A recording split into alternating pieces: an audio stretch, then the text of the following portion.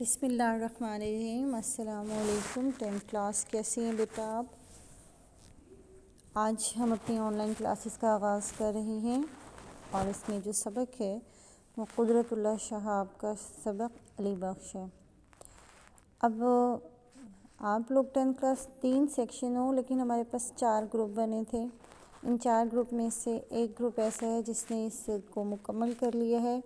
اور باقی 3 گروپس جو ہیں وہ ہیر اینڈ دیر آگے پیچھے اس میں ہیں، لیکن ہم اس کا آغاز سے سٹارٹ کرتے ہیں، تیزی سے کریں گے۔ مگر اب یہ جو علی بخش ہے یہاں آپ کے اس میں شامل ہے ٹیکسٹ بک میں۔ اس سے پچھلا سبق جو تھا وہ مولوی عبدالحق کا نام دیو تھا۔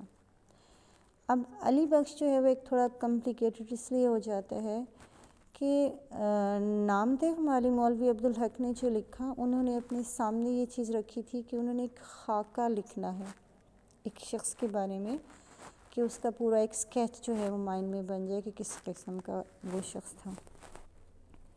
جبکہ آپ کا سبق علی بخش جو ہے یہ قدرت اللہ شہاب کی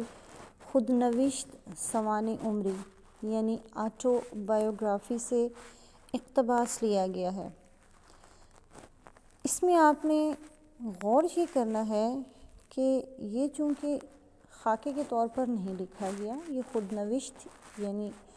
آپ کو میں نے بتایا تھا کہ خود نوشت کے ساتھ جو ہے، جس کو ہم اگر ہم خود نوشت جو ہوتی ہے وہ کسی خود نوشت سوانح حیات یا خود نوشت سوانح عمری جو ہے وہ کسی بھی شخص کی اپنی ذاتی زندگی کے بارے میں، اس کی پیدائش سے لے کے اس کی موجودہ صورتحال تک، جس پوسٹ پر ہے وہاں تک وہ جو تمام حالات اور واقعات، اہم حالات و واقعات ترتیب کے ساتھ اور ڈیٹیل کے ساتھ درج کرتا ہے، اسے ہم خود نوشت سوانح عمری کہتے ہیں۔ کمپیریٹیولی جب ہمیں سے کوئی بھی شخص اپنے آپ پر گزری ہوئی کوئی ایک بات، دو واقعات بیان کر رہا ہو تو وہ آپ بیتی ہوتی ہے۔ تو خود نوشت یوں کہہ سکتے ہیں کہ آپ بیتی ہی ہوتی ہے، لیکن خود نوشت ایک وسیع چیز کو گھیرتا ہے، جبکہ آپ بیتی آپ ایک واقعہ بھی اپنے آپ پر گزرا ہوا بیان کریں گے تو وہ آپ بیتی ہی کہلائے گا۔ اب یہاں قدرت اللہ شہاب نے خود نوشت تحریر کی تھی اپنی، اور وہاں سے جو یہ اقتباس لیا گیا ہے، اس میں آپ نے یہ کرنا ہے، اپنے مائنڈ کو تھوڑا سا کھول کے رکھنا ہے، کیونکہ یہاں 2 چیزیں پیرلل چل رہی ہیں۔ بظاہر ہمیں یہ دکھائی دیتا ہے کہ قدرت اللہ شہاب نے اس کے اندر جو ہم نے اقتباس لیا ہے، اس میں علامہ اقبال کے بارے میں بیان کیا ہے، لیکن اگر حقیقتاً دیکھیں کہ علی بخش جو ان کا ملازم ہے، آلدو کہ اس کی حالات زندگی نہیں لکھے گئے، آلدو کہ اس کی پرسنالٹی کے بارے میں واضح الفاظ میں بیان نہیں کیا، لیکن میں نے آپ سے کہا تھا نا کہ یہ 2 چیزیں پیرلل چل رہی ہیں، تو اپنے ذہن کو تھوڑا سا وسیع کیجیے اور ان بٹوین دا لائن جو ہے اس کو چیزوں کو سمجھنے کی کوشش کیجیے۔ اب بظاہر علامہ اقبال کے بارے میں بات ہو رہی ہے، لیکن آپ اس چیز کو نوٹس کیجئے کہ ہر وہ واقعہ جو علی بخش علامہ اقبال کے بارے میں بتا رہا ہے، ان کی ہر وہ بات جو وہ بتا رہا ہے، اس کے بیک گراؤنڈ میں اس کی اپنی شخصیت بھی ہے، کہ مطلب اگر وہ وہاں سے پتہ چل رہا ہے کہ وہ علامہ اقبال کا کتنا لائل تھا، کتنا وفادار تھا اور کتنا سلیقہ مند تھا، ان کی چیزوں کو کس طرح سلیقے سے استعمال کرتا تھا۔ پھر اس کی شخصیت کا ایک پہلو یہ بھی آتا ہے کہ وہ کتنی زیادہ محبت کرتا تھا علامہ اقبال سے، کتنی زیادہ محبت کرتا تھا ان کے بچوں سے۔ تو بظاہر ہمیں علی بخش کی جو ہے پرسنالٹی یا خاکہ دکھائی نہیں دیتا، لیکن اور ہمیں صرف علامہ اقبال کی زندگی کے بارے میں پتہ چل رہا ہے، ان کی زندگی کے واقعات کے بارے میں پتہ چل رہا ہے، مگر اب آپ نے اس چیپٹر کی ریڈنگ کے بعد، سمجھنے کے بعد، اس میں باقاعدہ جو ہے ایک کویسچن ہے اس کی ایکسرسائز میں، کہ جس میں انہوں نے جو ہے پوچھا گیا ہے کہ علی بخش کے کردار کی نمایاں خوبیاں۔ اب یہاں نہیں لکھا ہوا کہ علی بخش جو تھا وہ کس طرح کا تھا، کیا سوچتا تھا، کیا کھاتا تھا، کیا پیتا تھا، اس کے اندر کیا کوالٹی تھی، یہ آپ نے اس کی ریڈنگ کرتے ہوئے جو پیرالل چل رہا ہے اس کو جو ہے وہ فائنڈ آؤٹ کرنا ہے کہ اچھا اس میں یہ بھی خوبی تھی، یہ بھی خوبی تھی۔ دوسری بات آپ کو اس چیز میں جو تھوڑی سی ہوگی، میں آپ کو ہمیشہ یہ بتاتی رہی ہوں کہ آپ جب بھی کسی سبق کا خلاصہ لکھیے یا آپ کہانی لکھیے یا آپ پیراگراف وغیرہ لکھیے، اس میں جگہ پاسٹ کی بات کریں، ماضی کی بات کریں، تو ماضی مطلق کا صیغہ استعمال کرنا ہے۔ اور اس سلسلے میں آپ جب بھی کوئی بات لکھتے ہیں اس میں تھا، کہتا ہے، اس قسم کی جب باتیں کرتے ہیں تو میں ہمیشہ اسے کاٹ دیا کرتی ہوں۔ مگر یہ سبق جو آپ پڑھو گے، اس سبق میں یہ جو ہے آمادہ ہو جاتا ہے اور پوچھتا ہے اور بیٹھ جاتا ہے، یہ سارا کچھ اس کے اندر موجود ہے۔ لیکن اس چیز کو مائنڈ میں رکھیے گا کہ قدرت اللہ شہاب کوئی کہانی نہیں سنا رہے ہیں، اس لیے یہاں ڈیفرنس آئے گا کہ میں جو آپ کو ہمیشہ کہتی ہوں، جب آپ خلاصہ لکھو گے تو آپ اس میں ماضی مطلق کا صیغہ ہی استعمال کرو گے۔ کہا، کیا، بیٹھا، اٹھا، سوچا، کھایا، پیا، یہ اس طرح آپ اس کو لکھو گے کیونکہ آپ اس کا خلاصہ لکھ رہے ہیں۔ ہم نے جو سبق میں اقتباس پڑھ رہے ہیں یہ ان کی آٹو بایوگرافی کا اقتباس ہے، تو وہاں وہ جس سچویشن میں تھے انہوں نے اس سچویشن کو لکھا ہے۔ آپ اس چیز کا خاص خیال رکھو گے کہ اس کا خلاصہ لکھتے ہوئے پاسٹ کنٹینیوس استعمال ہرگز نہیں کریں گے، آپ نے اسے پاسٹ پرفیکٹ میں ہی، ماضی مطلق میں ہی لکھنا ہوگا۔ اور ایک اور چیز اس کے اندر آپ نے یہ دیکھنی ہے کہ اس میں جو ہے وہ قدرت اللہ شہاب نے میں کا صیغہ استعمال کیا ہے، یعنی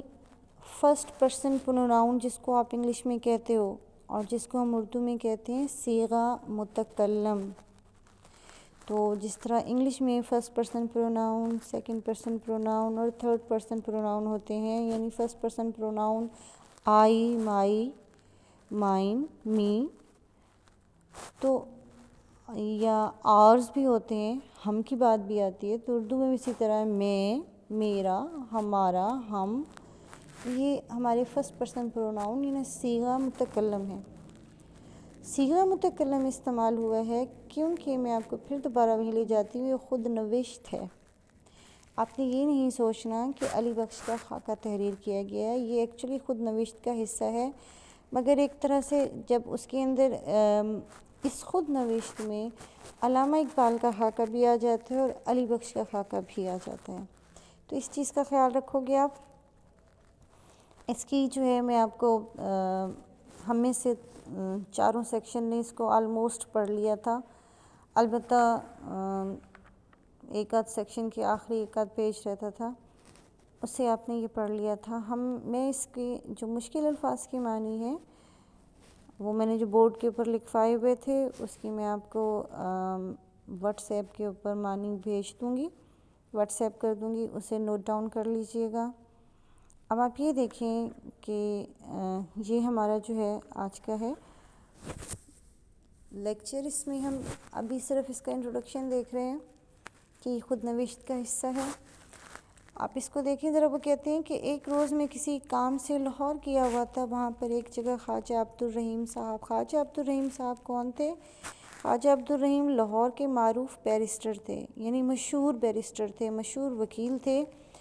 قدرت اللہ شہاب کی ان سے ملاقات ہوئی۔ اب قدرت اللہ شہاب جو اس سبق کے رائٹر ہیں، جن کی خود نوشت سے یہ لیا گیا ہے،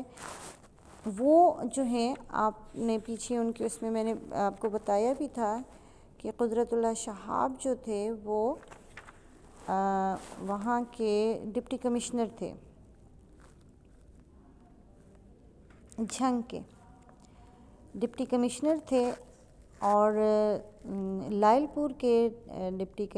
مطلب جھنگ کے ڈپٹی کمشنر تھے، اور لائل پور جس کا موجودہ نام جو ہے فیصل آباد ہے، موجودہ نام اس کا فیصل آباد ہے، وہاں کے ڈپٹی کمشنر تھے۔ جب وہ کسی کام سے ایک دن لاہور گئے ہیں تو وہاں ان کی ملاقات ہوئی خواجہ عبدالرحیم صاحب سے، جو لاہور کے ایک بہت مشہور و معروف وکیل تھے۔ جب ان سے ملاقات ہوئی تو باتوں ہی باتوں میں انہوں نے بتایا کہ علامہ اقبال کے پرانے ملازم اور وفادار ملازم جو ہیں، دیرینہ اور وفادار ملازم علی بخش. اب دیرینہ اور اس کو انڈر لائن کر لیجئے گا، کیونکہ جب آپ ان کی خوبیاں لکھیں گے تو یہ دو الفاظ بہت اہم ہیں. اور چونکہ انہوں نے بہت وفاداری سے علامہ اقبال کا ساتھ دیا تھا، ان کی وفات کے بعد بھی جو ہے وہ ان کے ساتھ وابستہ رہے تھے، ان کے بچوں کے ساتھ، تو حکومت پاکستان نے ان کی خدمات کے سلسلے میں انہیں لائل پور، جس کا موجودہ نام فیصل آباد ہے، وہاں ایک مربع زمین عطا کی تھی. اور یہ بتا رہے ہیں خواجہ عبدالرحیم صاحب قدرت اللہ شہاب کو، اور انہوں نے کہا کہ وہ بیچارہ کئی چکر لگا چکے ہیں. یعنی کون؟ علی بخش. علی بخش نے ایک آدھ چکر بھی لگائے ہیں، لیکن اسے قبضہ نہیں ملتا، کیونکہ کچھ مطلب آپ کہہ سکتے ہیں شرارتی اور شرپسند لوگوں نے اس پر ناجائز طور پر ان پر قبضہ کر لیا ہے. اور خواجہ صاحب نے فرمایا کہ جھنگ لائل پور کے بالکل قریب ہے، کیا تم علی بخش کی کچھ مدد نہیں کر سکتے؟ یعنی وہ تو جھنگ میں ہوتے تھے جو لائل پور کے قریب تھے. اب ڈپٹی کمشنر کے طور پر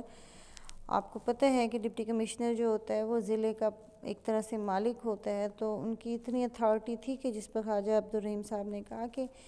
اس کے قریب ہی ہے، اگر آپ اس کی مدد کر دیں تو اس کے لیے اچھا ہوگا.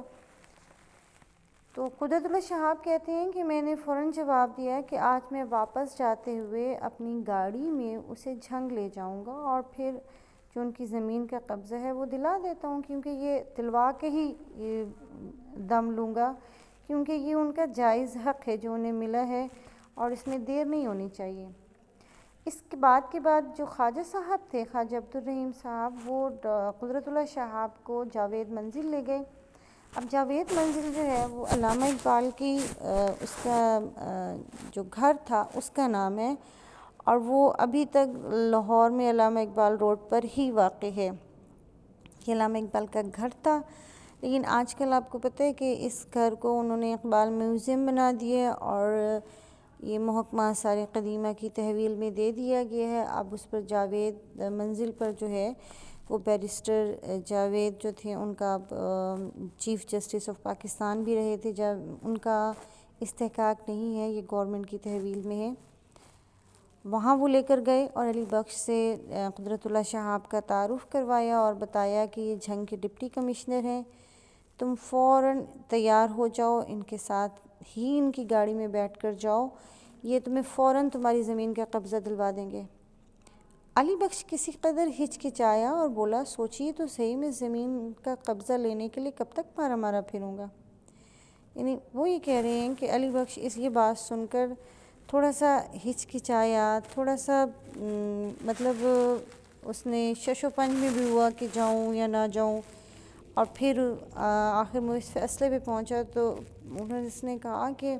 آپ اس بات کو تو سوچیے کہ میں زمین کا قبضہ لینے کے لیے کب تک مارا مارا پھروں گا، یعنی کب تک در بدر ایک در سے دوسرے در تک جاتا رہوں گا کہ مجھے اس زمین کا قبضہ مل جائے جو حکومت نے مجھے دی ہے.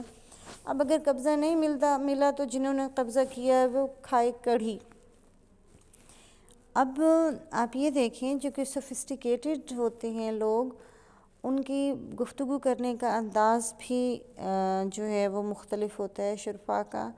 اب میری اور آپ کی جگہ ہوتے تو ہم ایک موٹی سی گالی دے کیا کرتے کہ جناب نہیں ملتا تو جائیں جہنم میں اور یہ کر لیں. تو ان کے نزدیک انہوں نے ایک غلط زبان استعمال کرنے کے بجائے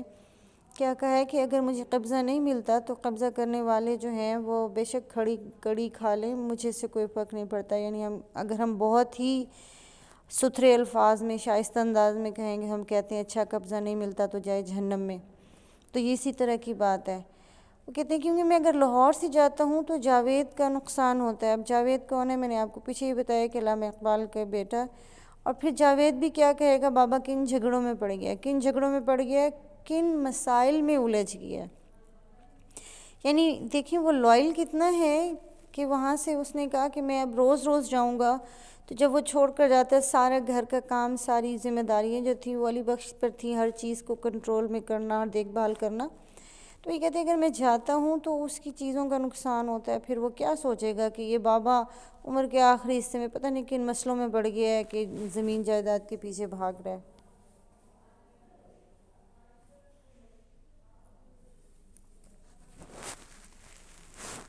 علی پھر خواجہ صاحب نے ان کو اس بات پر ان کو بہت اصرار کیا، بار بار کہا کہ نہیں کوئی مسئلہ نہیں ہے، آپ ڈپٹی کمشنر صاحب ہیں ان کے ساتھ جاؤ، تمہیں جو ہے جلدی قبضہ مل جائے گا۔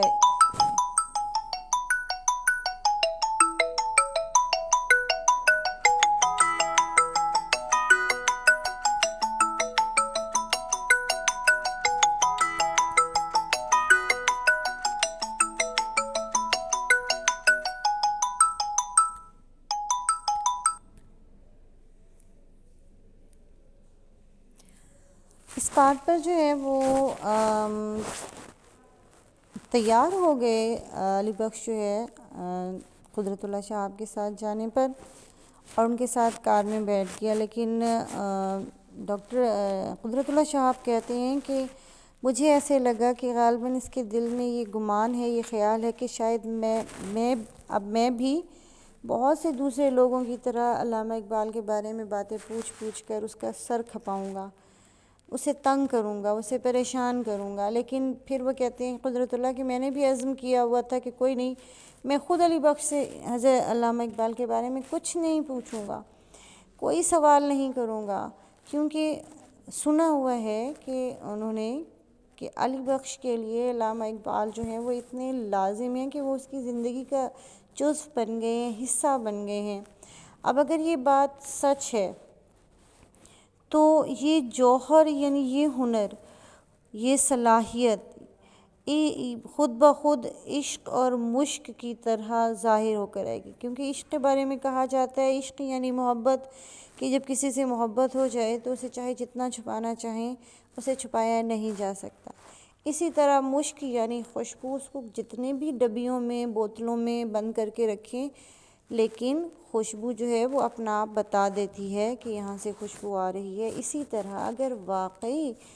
علامہ اقبال علی بخش کی زندگی کا لازمی جزو ہیں تو یقیناً یہ بات سامنے آ جائے گی۔ اور پھر وہ کہتے ہیں کہ میری توقع، میری امید جو ہے، میری سوچ وہ پوری ہوئی۔ تھوڑی سی خاموش کر دینے والی خاموشی کے بعد، پریشان کر دینے والی خاموشی کے بعد علی بخش مجھے یوں گھورنے لگا، غور سے دیکھنے لگا کہ عجیب شخص ہے، ڈاکٹر صاحب کی کوئی بات ہی نہیں کرتا۔ ہوا کیا کہ وہ جو یہ سوچ رہا تھا کہ یہ قدرت اللہ شہاب بھی جس طرح اسے جو بھی ملتا تھا وہ علی بخش کی پرسنالٹی کو نظر انداز کر کے ہر ایک صرف علامہ اقبال کے بارے میں پوچھتا تھا، اور اسے سے کوئی وہ نہیں تھا، پریشانی نہیں تھی کہ علامہ اقبال کے بارے میں کیوں پوچھتے ہیں۔ اصل بات یہ تھی کہ چونکہ اسے علامہ اقبال سے محبت اتنی تھی کہ ہر شخص جو ہے صرف علامہ اقبال کے اس کو ایک نشے کی کیفیت تھی کہ وہ علامہ اقبال کے بارے میں باتیں کرتا رہتا تھا ہمیشہ۔ تو بہرحال اس کا بھی یہی خیال تھا کہ یہ مجھ سے پوچھیں گے، بار بار پوچھیں گے علامہ اقبال کے بارے میں، اور وہ علامہ اقبال کے بارے میں بات کرنے سے گھبراتا نہیں تھا۔ اصل چیز یہ تھی کہ چونکہ علامہ اقبال فوت ہو چکے تھے تو اس کو جب بھی علامہ اقبال کے بارے میں بات ہوتی تھی اس کا زخم جو وہ تازہ ہو جاتا تھا،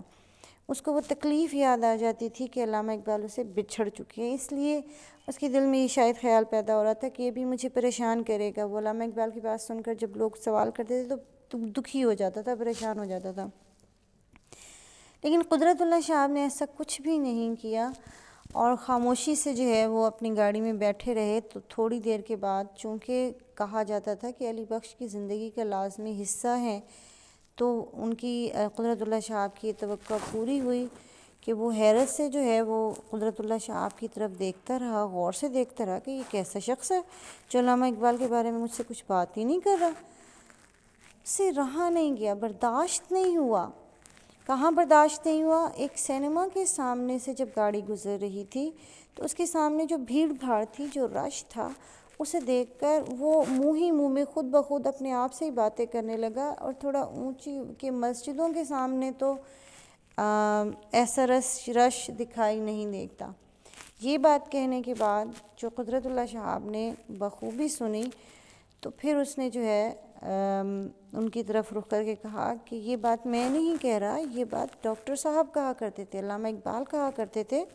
کہ مسجدوں کے سامنے تو کبھی ایسا رش ہوتا ہی نہیں ہے جیسے سینما کے سامنے بھیڑ بھاڑ ہے، دکھائی دے رہی ہے۔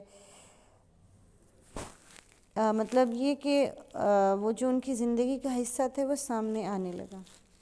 ہم اپنے آج کا لیکچر یہیں پہ ختم کرتے ہیں، پھر انشاءاللہ تعالی اگلے لیکچر میں آپ کے صفحہ نمبر 89 میں جو پہلا پیراگراف شروع ہوتا ہے، ایک جگہ میں پان خریدنے کے لیے رکتا ہوں، وہاں سے ہم دوبارہ اس سبق کی جو ہے وہ تشریح کا آغاز کریں گے۔ مجھے اجازت دیجیے بچوں، اللہ حافظ۔